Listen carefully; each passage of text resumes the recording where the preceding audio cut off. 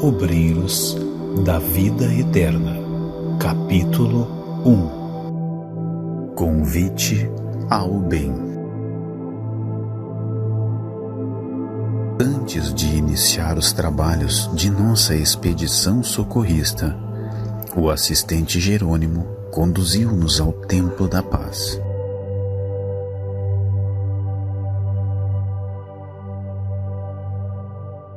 Na zona consagrada ao serviço de auxílio, onde esclarecido instrutor comentaria as necessidades de cooperação junto às entidades infelizes nos círculos mais baixos da vida espiritual que rodeiam a crosta da Terra. A maravilhosa noite derramava inspirações divinas. Ao longe, constelações faiscantes semelhavam-se a pérolas caprichosamente dispostas numa colcha de veludo imensamente azul. A paisagem lunar oferecia detalhes encantadores. Picos e crateras salientavam-se à nossa vista, embora a considerável distância, num deslumbramento de filigrana preciosa. Fulgurava o Cruzeiro do Sul como símbolo sublime desenhado ao fundo azul escuro do firmamento. Canopus, círios, antares brilhavam infinitamente, figurando-se-nos balizas radiosas e significativas do céu. A Via Láctea dando-nos a impressão de prodigioso ninho de mundos. Parecia um dilúvio de moedas resplandecentes a se derramarem de cornucopia gigantesca e invisível, convidando-nos a meditar nos segredos excélsios da natureza divina. E as suaves virações noturnas, osculando-nos a mente em êxtase, passavam apressadas, sussurrando-nos grandiosos pensamentos antes de se dirigirem às esferas distantes. O templo, edificado no sopé de graciosa colina, apresentava aspecto festivo, em virtude da iluminação feérica a projetar singulares efeitos nos caminhos adjacentes. As torres, à maneira de agulhas brilhantes, alongavam-se pelo céu, contrastando com o indizível azul da noite clara. E cá embaixo, as flores de variadas figurações eram taças luminosas, servindo de perfume, balouçando de leve na folhagem ao sopro incessante do vento.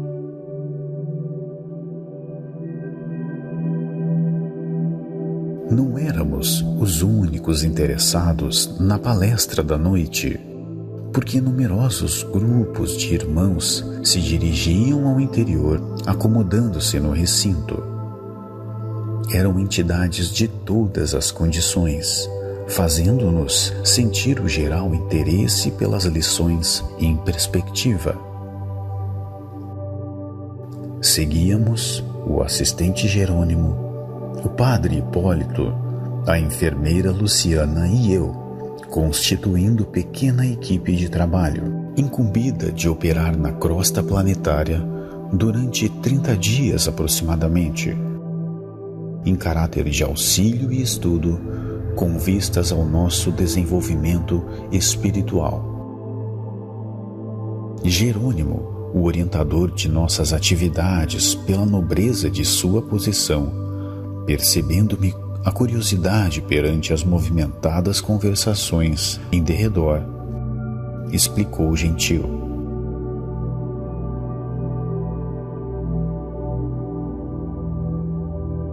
muito justa a atenção acerca do assunto. Admito que a quase totalidade dos interessados e estudiosos que afluem à casa integram comissões e agrupamentos de socorro nas regiões menos evoluídas. E, demorando o olhar nas fileiras de jovens e velhos que demandavam o interior, acrescentou: a palavra do instrutor Albano Metelo merece a consideração excepcional da noite. Trata-se de um campeão das tarefas de auxílio aos ignorantes e sofredores dos círculos imediatos à crosta terrestre. Somos aqui diversos grupos de aprendizes e a experiência dele nos proporcionará infinito bem. Breves minutos decorreram e penetramos por nossa vez o recinto radioso. Vagavam no ar suaves melodias, precedendo a palavra orientadora. Flores perfumosas, ornamentando o ambiente, embalsamavam a nave ampla. Alguns instantes agradabilíssimos de espera, e o emissário apareceu na tribuna simples, magnificamente iluminada. Era um ancião de porte respeitável, cujos cabelos lhe teciam uma coroa de neve luminosa. De olhos calmos, esplendidamente lúcidos, irradiavam forças simpáticas que de súbito nos dominaram os corações. Depois de estender sobre nós a mão amiga, no gesto de quem abençoa, ouviu-se o coro do templo, entoando o hino Glória aos servos fiéis. Ó Senhor, abençoa os teus servos fiéis, mensageiros de tua paz, semeadores de tua esperança. Onde haja sombras de dor, acende-lhes a lâmpada da alegria. Onde domine o mal, ameaçando a obra do bem, abre-lhes a porta oculta da tua misericórdia. Onde surjam acúlios de ódio, auxilia-nos a cultivar as flores bem-aventuradas de teu sacrossanto amor. Senhor, são eles, teus heróis anônimos que removem pântanos e espinheiros, cooperando em tua divina semeadura. Concede-lhes os júbilos interiores da claridade sagrada em que se banham as almas redimidas. Unge-lhes o coração com a harmonia celeste que reservas ao ouvido santificado. Descortina-lhes as visões gloriosas que guardas para os olhos dos justos. Condecora-lhes o peito com as estrelas da virtude leal. Enche-lhes as mãos de dádivas benditas, para que repartam em teu nome a luz do bem, a luz da perfeição, o alimento do amor, a veste da sabedoria, a alegria da paz, a força da fé, o influxo da coragem, a graça da esperança, o remédio santificador. Ó Senhor, inspiração de nossas vidas, mestre de nossos corações, refúgio dos séculos terrestres, faze brilhar teus divinos lauréis e teus eternos dons na fronte lúcida dos bons, os teus servos fiéis. O instrutor ouvia em silêncio, de olhos molhados, deixando transparecer íntimo júbilo, enquanto a maioria da assembleia disfarçava discretamente as lágrimas que os acentos harmoniosos do cântico nos arrancavam do coração. Perdendo-se no espaço as derradeiras notas da melodia sublime, Metelo, sem qualquer luxo de gesticulação, saudou-nos com expressiva simplicidade, desejando-nos a paz do Senhor, e prosseguiu.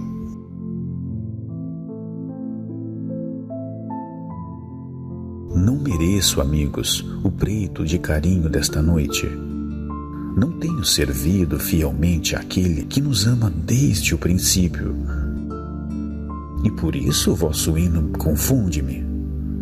Mero soldado das lides evangélicas, trabalho ainda no campo da própria redenção.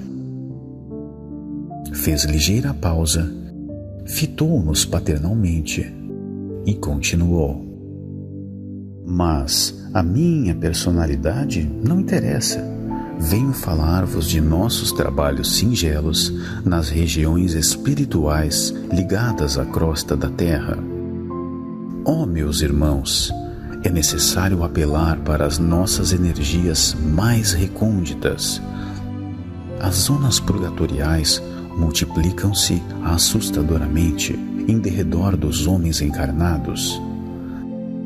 A distância dos teatros de angústia, vinculados às realizações edificantes de nossa colônia espiritual, preservando valiosas reservas de vida infinita para essa mesma humanidade que se debate no sofrimento e nas trevas, nem sempre formulamos uma ideia exata da ignorância e da dor que atormentam a mente humana quanto aos problemas da morte. A felicidade faz com que nasçam aqui as fontes inesgotáveis da esperança. Os que se preparam ante os voos maiores da eternidade trazem os olhos voltados para a esfera superior na contemplação do ilimitado porvir. E os que se esforçam por merecer a bênção da reencarnação na crosta terrestre fixam as suas aspirações mais fortes no soberano propósito da redenção, organizando-se perante o futuro, ousados nas solicitações de trabalho e arrojados no bom ânimo. Todos os pormenores da vida nessa cidade falam alto de nossos objetivos de equilíbrio e elevação. Não longe de nós começam a brilhar os raios da alvorada radiante dos mundos melhores, convidando-nos à visão beatífica do universo e à gloriosa união com o divino. Mas o orador fez significativo intervalo, parecendo escutar vozes e chamamentos de paisagens distantes, e prosseguiu. E o nosso irmão, que ainda ignora a luz, subiríamos até Deus, num círculo fechado? Como operar o insulamento egoístico e partir a caminho do Pai amoroso e leal, que acende o sol para os santos e os criminosos, para os justos e injustos? Metelo mostrou uma chama de zelo sagrado nos olhos percussientes e exclamou, depois de curta reflexão: nós, que procuramos a santidade e a justiça, alcançaríamos acaso semelhante orientação se outras fossem as circunstâncias que nos regeram até aqui? Construtores de nossos próprios destinos, por delegação natural do Criador, onde permaneceríamos agora sem os favores da oportunidade e o obséquio da proteção dos benfeitores desvelados? Indubitavelmente, os ensejos de elevação felicitam todas as criaturas. No entanto, é imprescindível ponderar que a bênção da fonte pode converter-se em venenosa água estagnada se a trancarmos num poço incomunicável. Que as dádivas recebidas por nós são inúmeras e os dons que nos foram distribuídos imensos. Seria completo o nosso regozijo, havendo lágrimas atrás de nossos passos? Como entoar os hinos de hosana à felicidade sobre o coro dos soluços? Nobilíssimo todo o impulso de atingir o cume. Entretanto, que veremos após a ascensão? Entre os júbilos de alguns, identificaríamos a ruína e a miséria de multidões incalculáveis. Neste momento, envolvido nas vibrações de profundo interesse dos ouvintes, imprimiu novo acento ao verbo luminoso e tornou com indefinível melancolia. Também eu tive, noutro tempo, a obcecação de buscar apressado a montanha.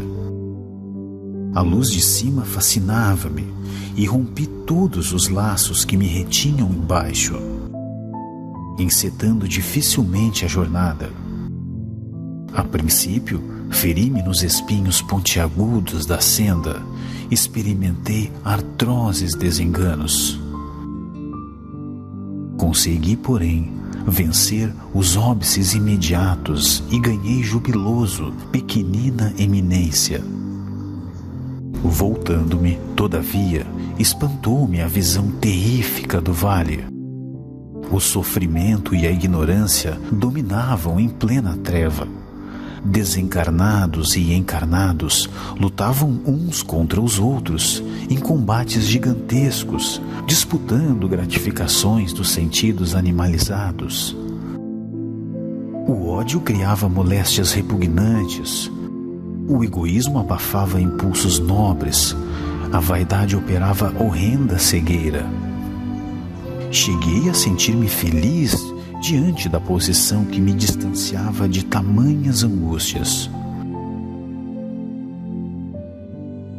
Contudo, quanto mais me vangloriava, dentro de mim mesmo, embalado numa expectativa de atravessar os mais altos cumes, eis que certa noite notei que o vale se represava de fulgente luz. Que sol misericordioso visitava o antro sombrio da dor. Seres angélicos desciam céleres de radiosos pináculos, acorrendo as zonas mais baixas, obedecendo ao poder de atração da claridade bendita. Que acontecera? Perguntei ousadamente, interpelando um dos áulicos celestiais. O Senhor Jesus visita hoje os que erram nas trevas do mundo, libertando consciências escravizadas. Nem mais uma palavra. O mensageiro do plano divino não podia conceder-me mais tempo. Urgia descer para colaborar com o Mestre do Amor, diminuindo os desastres das quedas morais, amenizando padecimentos, pensando feridas, secando lágrimas, atenuando o mal e, sobretudo, abrindo horizontes novos à ciência e à religião, de modo a desfazer a multimilenária noite da ignorância. Novamente sozinho, na peregrinação para o alto, reconsiderei a atitude que me fizera impaciente. Em verdade, para onde marchava meu espírito, despreocupado da imensa família humana, junto da qual aurira minhas mais ricas aquisições para a vida imortal? Por que enjoar-me ante o vale, se o próprio Jesus, que centralizava as aspirações, trabalhava solícito para que a luz de cima penetrasse as entranhas da terra? Não praticava eu o crime execrável da usura, olvidando aqueles que entre os quais adquirira o roteiro destinado à minha própria ascensão?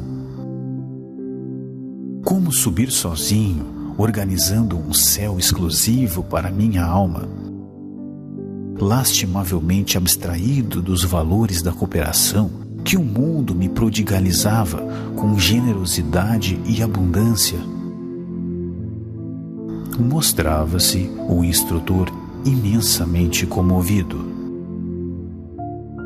Detive-me então, continuou, e voltei. Efetivamente, o caminho vertical e purificador da superioridade é a sublime destinação de todos. O cume, bafejado de resplendor solar, é sempre um desafio benéfico aos que vagueiam sem rumo na planície. O alto, polariza naturalmente as supremas esperanças dos que ainda permanecem embaixo. Todavia, à medida que penetramos o domínio da altura, imprimem-se-nos na mente e no coração as leis sublimes de fraternidade e misericórdia. Os grandes orientadores da humanidade não mediram a própria grandeza senão pela capacidade de regressar aos círculos da ignorância para exemplificarem o amor e a sabedoria, a renúncia e o perdão aos semelhantes. É por esse motivo que necessitamos temperar todo o impulso de elevação com o sal do entendimento, evitando a precipitação nos despenhadeiros do egoísmo e das vaidades fatais. Metelo silenciou por instantes e, diante da comoção com o que lhe acompanhávamos a palestra, retomou o verbo com outra inflexão de voz. Outrora, quando nos envolvíamos ainda nos fluidos da carne terrestre, supunhamos com desacerto que a vaidade e o egoísmo somente poderiam vitimar os homens encarnados. A teologia, não obstante o mistério respeitável que lhe está afeto, enclausurava-nos a mente em fantasiosas concepções do reino da verdade. Esperávamos um paraíso fácil de ser conquistado pela deficiência humana e temíamos um inferno difícil de regenerar-nos. Nossas ideias alusivas à morte confinavam-se a essas ridículas limitações. Hoje, porém, sabemos que depois do túmulo há simplesmente continuação da vida. Céu e inferno residem dentro de nós. A virtude e o defeito, a manifestação sublime e o impulso animal, o equilíbrio e a desarmonia, o esforço de elevação e a probabilidade da queda perseveram aqui após o trânsito do sepulcro, compelindo-nos à serenidade e à prudência.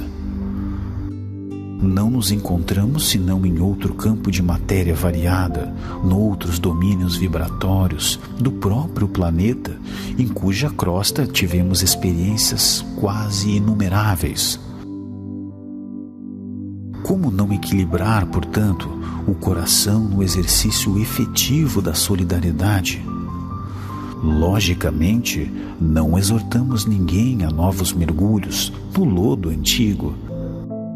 Não desejamos que os companheiros previdentes regressem à posição de filhos pródigos, distanciados voluntariamente do Eterno Pai. Nem pretendemos interromper a marcha laboriosa dos servidores de boa vontade a caminho dos cimos da vida. Apelamos tão somente no sentido de cooperardes nos trabalhos de socorro às esferas escuras. Sois livres e dispondes de tempo no desempenho dos deveres nobilitantes a que fostes chamados em nossa colônia espiritual. Nada mais razoável do que o proveito da oportunidade no planejamento da ascese. Entretanto, na qualidade de velho cooperador das tarefas de auxílio, ousamos rogar vosso interesse generalizado pelos que erram no vale da sombra e da morte, aguardando a esmola possível de vosso tempo, em favor dos nossos semelhantes, defrontados agora por situações menos felizes, não em virtude dos desígnios divinos, mas em razão da imprevidência deles mesmos. Contudo, qual de nós não foi invigilante algum dia? Fez o orador uma pausa mais longa e continuou. De nossos amigos encarnados, não podemos esperar, por enquanto, concurso maior e mais eficiente nesse sentido. Presos nas grades sensoriais, progridem lentamente na aprendizagem das leis que regem a matéria e a energia. Quando convidados a visitar nossos círculos de edificação, fora da instrumentalidade fisiológica, regressam ao corpo assombrados pelas visões rápidas que lhes foi possível arquivar e, transmitindo suas lembranças aos contemporâneos, operam a colaboração da água simples e pura da verdade com os seus pontos de vista e predileções pessoais do terreno da ciência, da filosofia e da religião. Bernardin de Saint-Pierre, o romancista trazido por amigos a regiões vizinhas da crosta planetária, volta ao seu meio de ação e traça aspectos que asseverou pertencerem ao planeta Vênus. Huygens, o astrônomo, recebeu mentalmente algum noticiário de nossas esferas de luta e ensaia teorias à vida em outros mundos, afirmando que os processos biológicos nos orbes distantes são absolutamente análogos aos da crosta terrestre. Teresa d'Ávila, a religiosa santificada, transporta-se à paisagem de nosso plano, onde se lamentam almas sofredoras, e torna o corpo carnal descrevendo o inferno para os seus ouvintes e leitores. Swedenborg, o grande médium, percorre alguns trechos de nossas zonas de ação e pinta os costumes das habitações astrais como melhor lhe parece, imprimindo às narrações os fortes característicos de suas concepções individuais.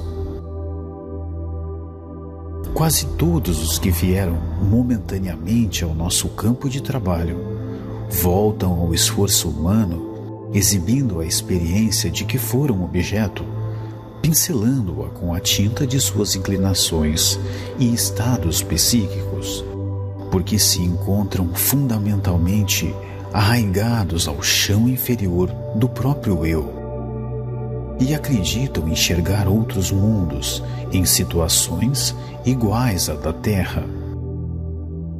Nosso maravilhoso templo, cujas dependências não se restringem à esfera da crosta sobre a qual os homens de carne pousam os pés. A Terra é também nossa grande mãe, cujos braços acolhedores se estendem pelo espaço além, ofertando-nos outros campos de aprimoramento e redenção. Modificando a inflexão de voz, prosseguiu. As criaturas, porém, atravessam um breve período de existência no mundo carnal.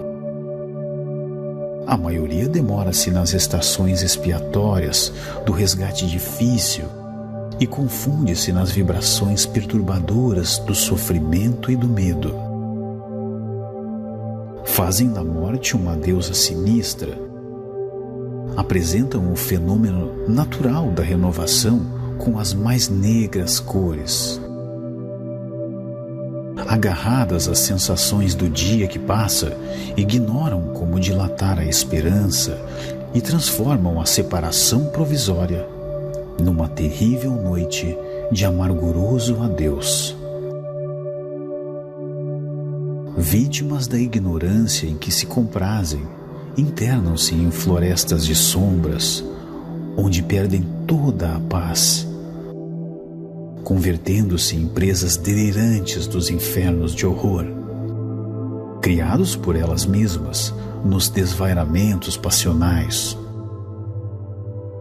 Como esperar delas a colaboração precisa com a extensão desejável, se pela indiferença para com os próprios destinos mergulham diariamente nos rios de treva, desencanto e pavor? Unamo-nos, portanto, auxiliando-as, segundo os preceitos evangélicos, descortinando-lhes novos horizontes e aclarando-lhes os caminhos evolutivos. de olhos fulgurantes e neblinados de lágrimas, pela evocação, talvez de quadros das esferas sombrias que não nos eram dado a conhecer, Metelo manteve-se longos instantes em silêncio,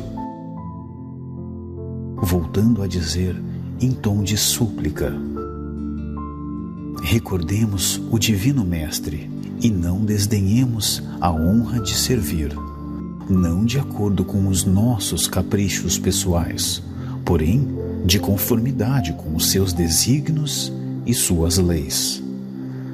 Campos imensuráveis de trabalho aguardam-nos a cooperação fraterna, e a semeadura do bem produzirá nossa felicidade sem fim. Falou comovedoramente por mais alguns minutos e, em seguida, invocou forças divinas, arrancando-nos lágrimas intraduzíveis de alegria. Raios de claridade azul brilhante choveram no recinto, proporcionando-nos a resposta do plano superior. Transcorridos alguns momentos de meditação, Metelo fez exibir um grande globo de substância leitosa situado na parte central do templo. Vários quadros vivos no seu campo de ação, nas zonas inferiores. Tratava-se da fotografia animada, com a apresentação de todos os sons e minúcias anatômicas inerentes às cenas observadas por ele em seu ministério de bondade cristã.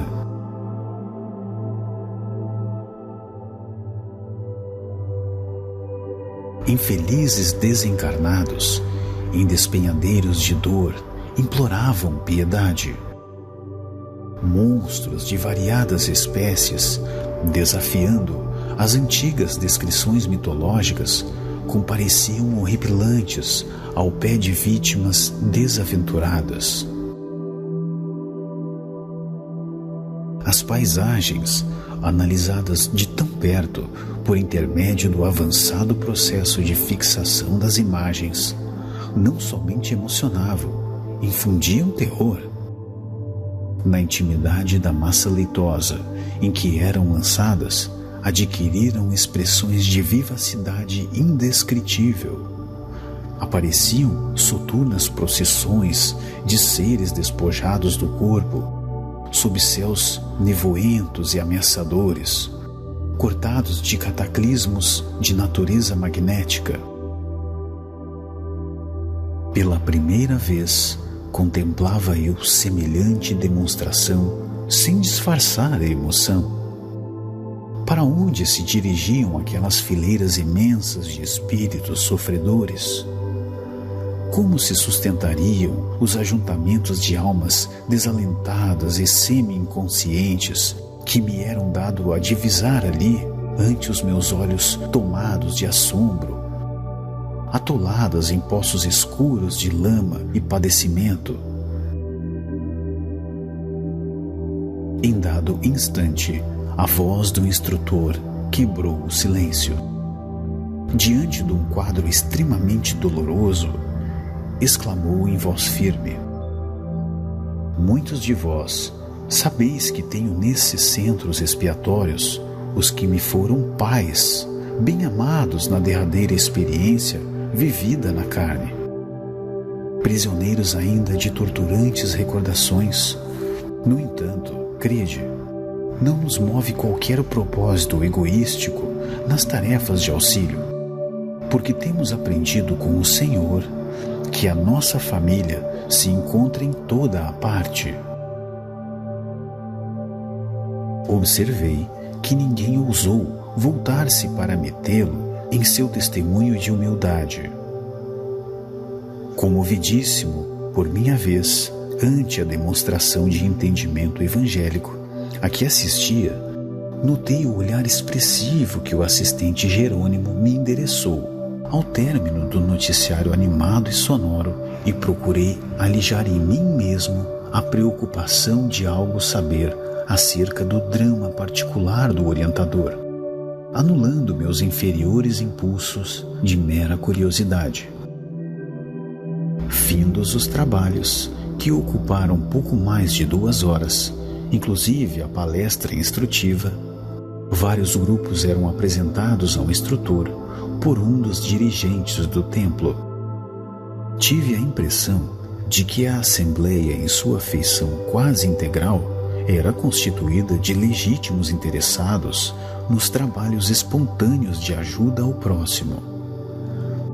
Pelas saudações e pelas frases de que se faziam acompanhar, percebi que se aglomeravam no recinto grandes e pequenos conjuntos de servidores, em diversas missões, com objetivos múltiplos.